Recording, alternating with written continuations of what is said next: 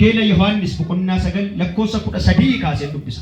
Jarri yommus namicha dur jaamaa ture sana fuula warra Faarisotaatti dhiyeessan. Guyyaan Yesuus iddoo dhoqqeessee ija namicha jaamaa banee guyyaa Sanbataa ture. Faarisonnis immoo attamitti arguu akka danda'e namicha hin gaafatan. Namichi yommus ija koo irra dhoqqee kaa'ee ani immoo nan niqadhee nan arges isaaniin jedhe. Faarisota keessaa jarri tokko namni kun guyyaa Sanbataa waan hin eegneef nama Waaqayyoo biraa dhufe ta'uu hin danda'u jedhan. Isaan keessaa garuu namni cubbamaan attamitti milikkita kana hundumaa hojjetee argisiisuu danda'a jedhanii kanarratti yaadaan gargar ba'an. Kana booddee warri Faarisotaa namicha jaamaa ture sanaan waa'ee isa ija keessiif banee kanaa maal jetta jedhan. Yommus namichi inni raajiidha jedhee deebiseef. Iyyaa sagalee ol kaasaa inni raajiidha jedhaa. Nutti dubbadhu, nu barsiisi. Sagalee isaa ergee isaan fayyisee boolla du'aa keessaas isaan baasee jedhamee caafamee jira. Maqaa Gooftaa maqaa Yesuus Kiristoos namicha Naazreetiin sagalee kee nama fayyisu jireenya keenya irratti ergi. Nu wajjiniin ta'i, nu gargaari. Baraa barootatti dabarree guyyaa har'aa kana geenye galanni siif haa ta'u. Ulfaadhu sagalee ililleetu dhagaamaan jiru mana kanaa. Harka walitti buusuudhaan Yesuusiif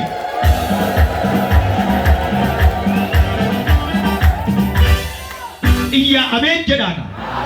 Nuura barri 2016 akkuma argaa jirtan bara raajeffatamuu bara ati itti raajeffatamtuudha inni irraa. Eenyutu raajeffatama isa jedhu laallaa. Kan raajeffatamu eenyudha? Akkamittiin immoo raajeffatamuu dandeenya? Na hordofaa. Isa jedhu laallaa.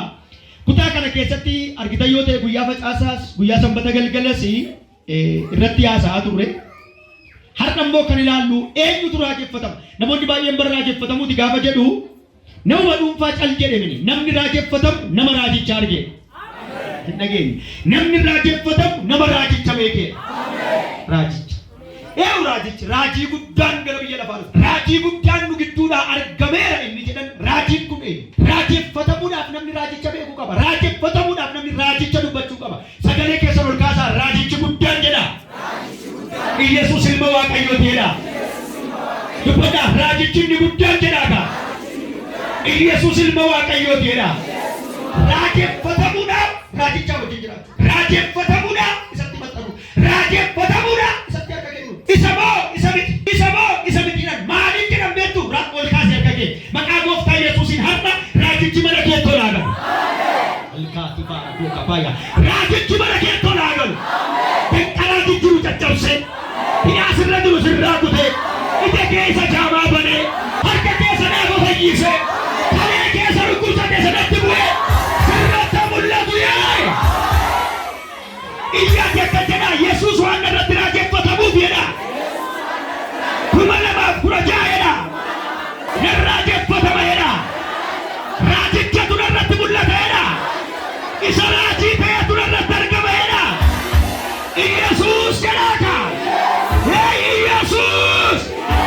Artolee hibagaati aanaa. Akkamitti raajeffatamna gaafa nu raajichi nurratti mul'achuu qaba. Raajichi nurratti argamuu qaba. Eenyudha inni gaafa jedhu miti Isaayyaasii. Eenyudha inni gaafa jedhu miti Yohaannis Cuuphaa. Eenyudha gaafa jedhu miti Musee Solomoon. Isa Solomoon caalu Yesuus ilma Waaqayyo. Amanaa harka keessa mirgaa ol kaasaa raajichatu mana koo galeedha. 2016 jedhame. Raajichi mana koo galeedha. Nan raajeffatama jedha. Abbaluutu habata jedha. Raajichatu mana koo galeedha. Isa mana Zakkiyoos lidheetu mana koo ni ta'edha. Isa seenaa Maatiyyoos jijjiiree seenaa koo jijjiireedha. Isa ija jaamaa baneetu ija koo jaamaa baneedha. Kanaaf iyyuu jedhaaka 2016 jedha. Nan raajeffatama jedha. Sababni isaa jedhaaka raajichatu natti ol galeedha. Isa naa fannifameetu natti ol galeedha. Isa naa du'eetu natti ol galeedha. Isa naa awwaalameetu natti ol galeedha. Isa du'a boo'ee ka'eetu natti ol galeedha. Namni tokko sagalee guddaadhaan ameen. Raajeffatamuudhaaf raajichi mana kee galuu qaba. Inni lammaffaan raajicha dhugaa ba'uu qabda. Dhugaa ba'uu. Ameen jedhaama. Namoonni baay'een waa'ee Yesuus dubbachuun barbaadan. Waldaa keessatti Yesuus gooftaadha jedhaa gaafa jedhu sodaa. Naannoo isaaniitti Yesuus gooftaadha jedhaa gaafa jedhu sodaa.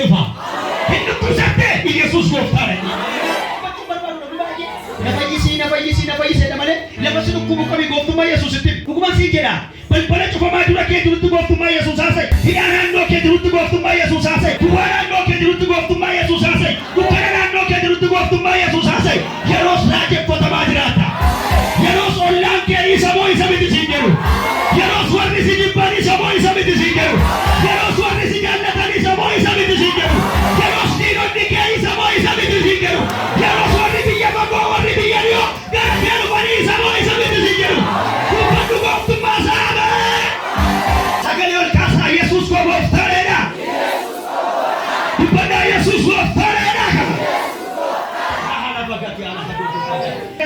yeroo raajeffatamuu jalqaba maqaatti alaarraa bagayyaa boqonnaa jibbaamni boqonnaa jaalalaa jalqaba boqon dagaatii hafootatii boqonnaa kufaatii boqonnaa ka'umsaa jalqaba boqonnaa abaarsaa boqonnaa eebbaa jalqabda boqonnaa gadatamuu boqonnaa yaadatamuu jalqabda dubbadhu gooftummaa isaa iyyaa Yesuus gooftaadha jedha Yesuus gooftaadha dookimentii awwaale irratti gooftummaa isaa haasa'e bara kana raajeffatama dhugaa Yesuus faayila dukkana irratti gooftummaa isaa haasa'e ilaalchi attaanu kanaa kaasee raajeffatama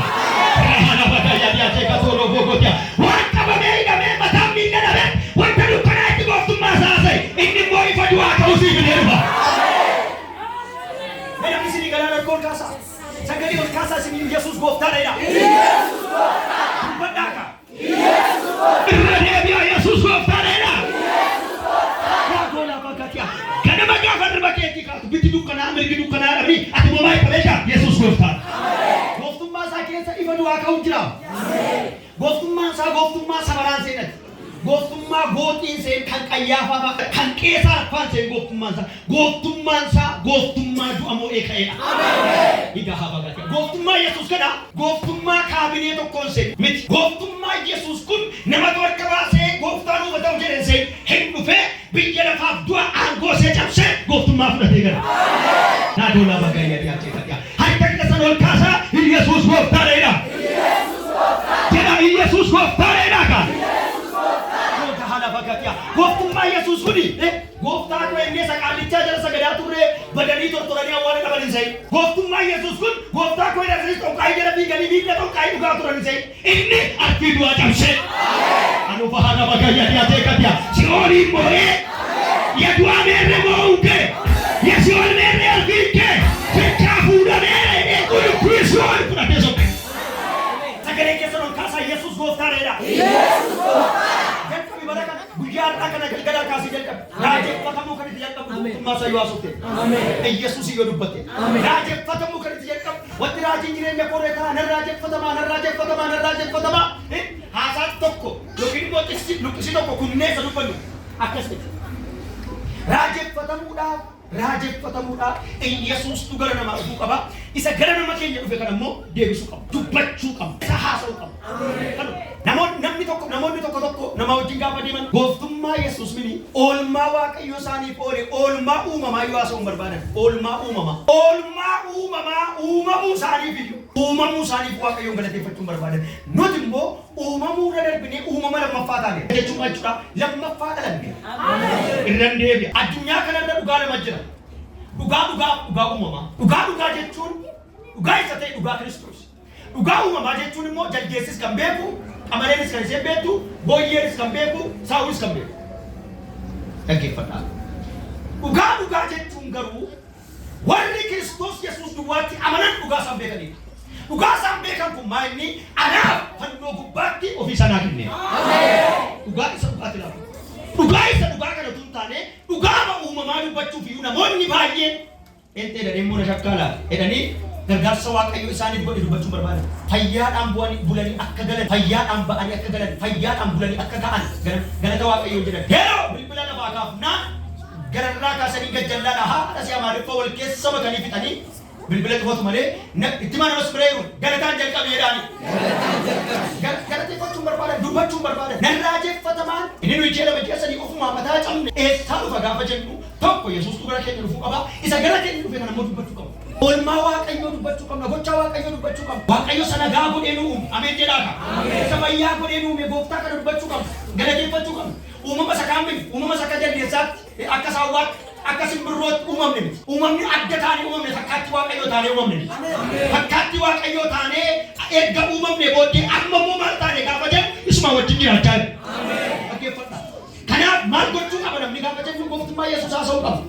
Sagalee keessan ol kaasaa Yesuus gooftaadha jedhaa. Yesuus gooftaadha jedhaa.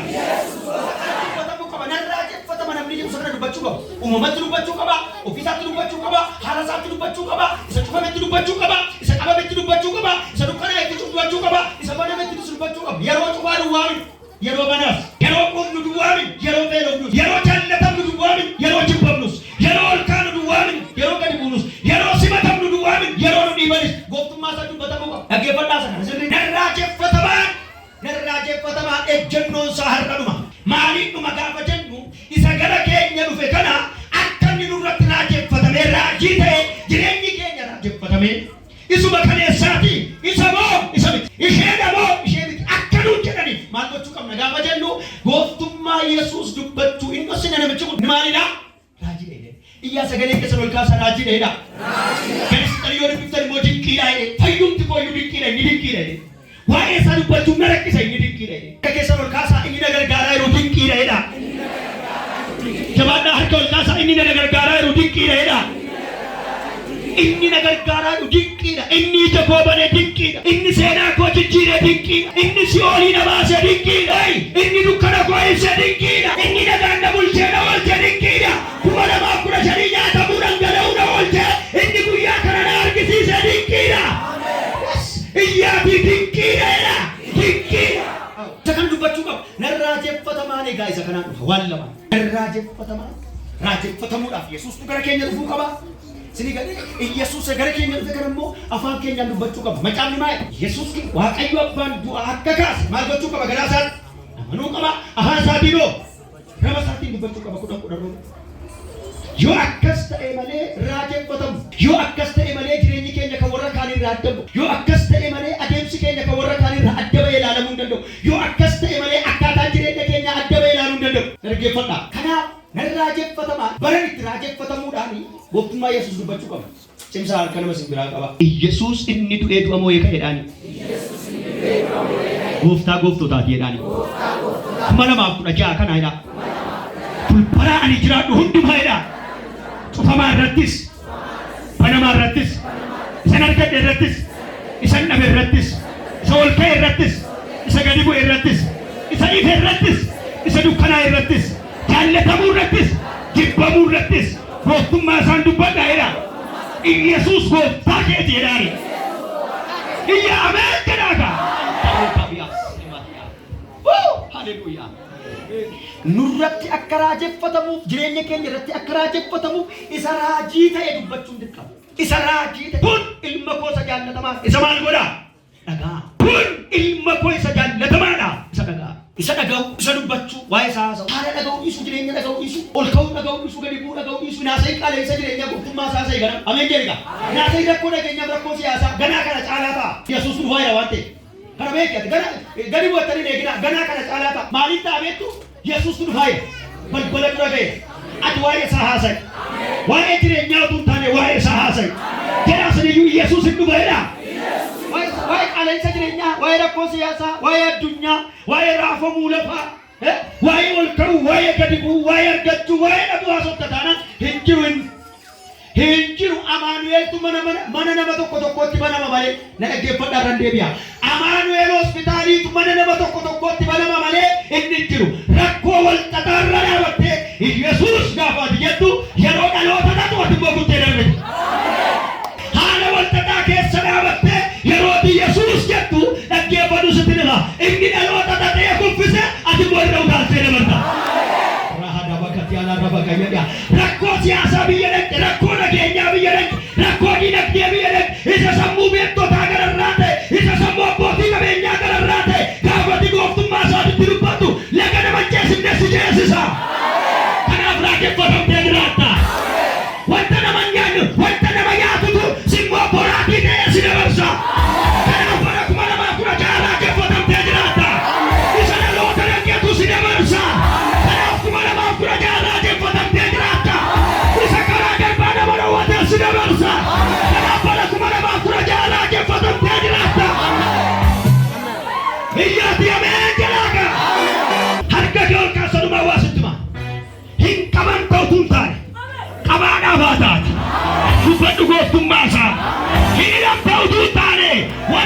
amantu karaa kee hiikama.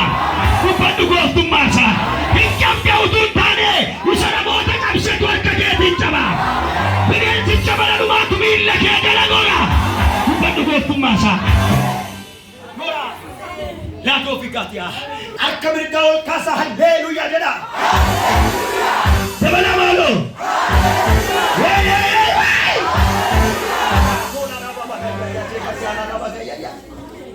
Yeroo dhaloonni qabaman gooftaadha Yesuus. Siduu waamini warra qabameetu hiikama. Yeroo balballi cufamu Yesuus gooftaadha. Inni karra hoolotaati. Inni balbala banamaadha. Yeroo dukkanaa'u Yesuus gooftaadha jedhe. Inni ifa du'aa ka'uuti. Utuu guyyaan yeroo amma keessa jiru kun dukkanaa'e nuuf ifa du'aa ka'u nu wajjin jira. Yeroo addunyaan kun dukkanootu. Yeroo biiftuun ifa dhowwattu. Yeroo jii ifa dhowwattu. Yeroo dhaggeeffatu sitti dhima. Warri elfaa yeroo hin jirre lafti kun yeroo seebbi ifa dhabdee barbaramtu ifa du'aa ka'u nu dhufa. Utuu ameen jedhee. Gooftummaa isaa iyyaa Yesuus gooftaadha. Jedhaa Yesuus gooftaadha. Dubbataa Yesuus gooftaadha. Aloota haala waaqayyaa hojjetataa. Raajeffatamuudha gooftummaa isaa dubbachuu. Nama raajii taanee jiraachuuf raajicha simachuu. Gooftummaa Yesuus jireenya keenya irratti dubbachuu.